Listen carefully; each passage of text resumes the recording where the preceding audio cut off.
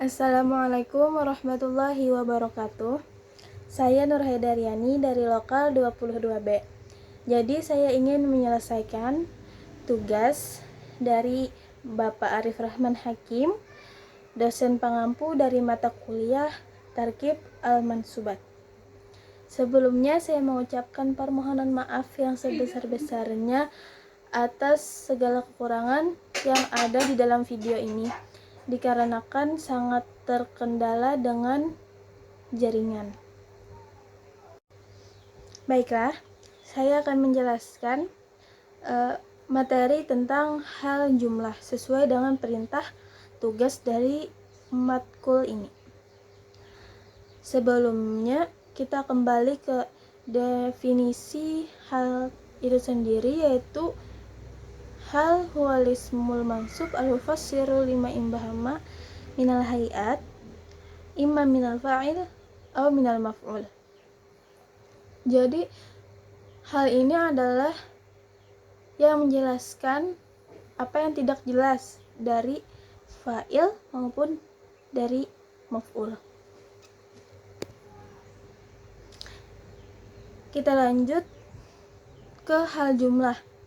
Hal jumlah menurut bahasa saya sendiri itu adalah halnya terdiri dari beberapa kata. Itu menurut yang saya pahami. Kembali ke pembagiannya, yaitu hal jumlah ada dua, terbagi menjadi dua. Yang pertama jumlah ismiyah dan yang kedua jumlah fi'liyah. Dan hal jumlah ini mempunyai beberapa persyaratan, yaitu 4 syarat tersebut, yaitu yang pertama syurutuhu shahibul hal isim ma'rifah. Shahibul halnya itu harus isim ma'rifah. Yang kedua ba'dahu jumlah.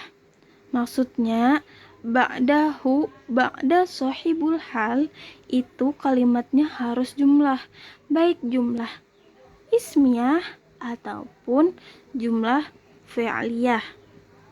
Oke, lanjut yang ketiga, yaitu wujudur rabit, adanya pengikat. Pengikat apa? Pengikat hal di hal tersebut, baik itu adanya domir ataupun waw yang kita sering sebut, yaitu wawul hal.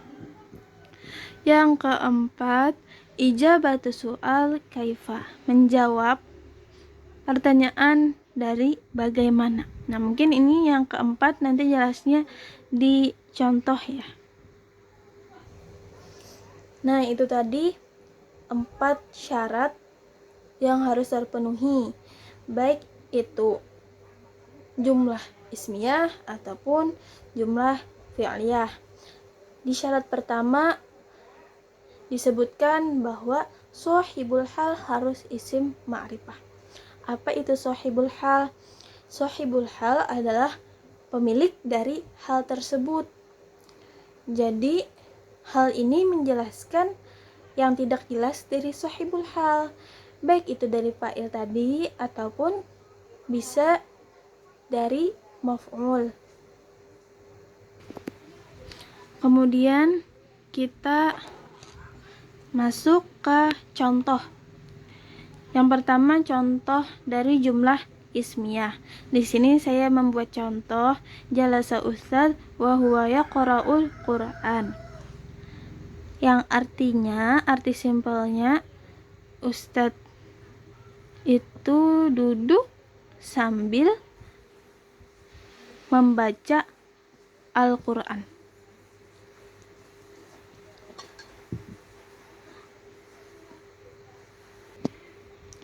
Nah, ini jelasannya tadi saya ganti ajlisu karena menyesuaikan di sini yaqra'u ya. Jadi saya ganti ajlisu. Ya jalisu ustadz wa huwa yaqra'ul Qur'an. Ustadz itu sedang duduk sambil membaca Al-Qur'an atau dalam keadaan membaca Al-Qur'an. Nah, jadi di sini Ustadz ini sebagai sahibul hal. Kita lihat syarat sahibul hal harus ma'rifah.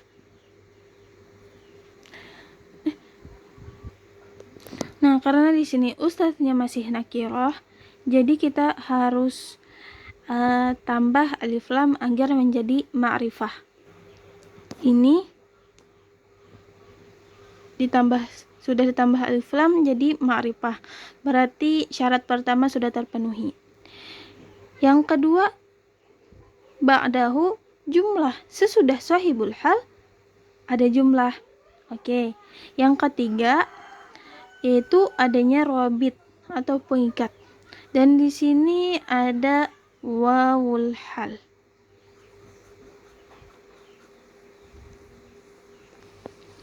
Yang keempat, menjawab pertanyaan dari Kaifa tadi kan. Jadi, bagaimana dalam keadaan apa Ustadz itu duduk?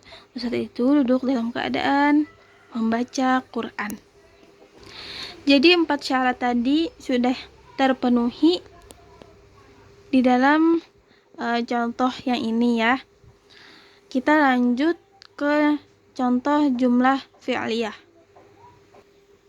Selanjutnya contohnya dari jumlah fi'liyah, yara al-waladu al-umma tatbahu. Anak itu sedang melihat ibu yang sambil memasak. Jadi di sini yang menjadi sahibul hal yang pertama adalah al-ummu. Karena tatbahu ini menjelaskan dari si ibu ini. Yang melihat itu anak, melihat ibu yang sedang memasak.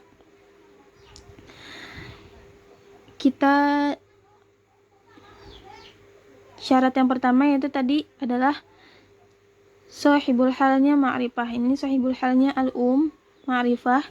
Yang kedua, ba'dahu jumlah. Sini ada jumlah fi'liyah ditatbahu dengan domir hiya. Sini hiya. Terus tuh yang ketiga ada robit, yaitu di dalam tatbahu ini tadi ada domir hiya. Kemudian menjawab ijabatu soal kaifa.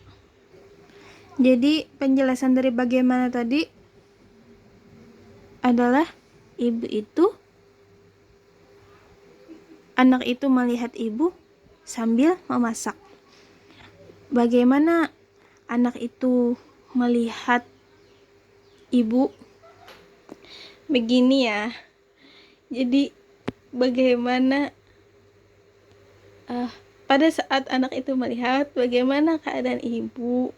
Jadi keadaan ibu pada saat anak itu melihat dalam keadaan atau sambil memasak.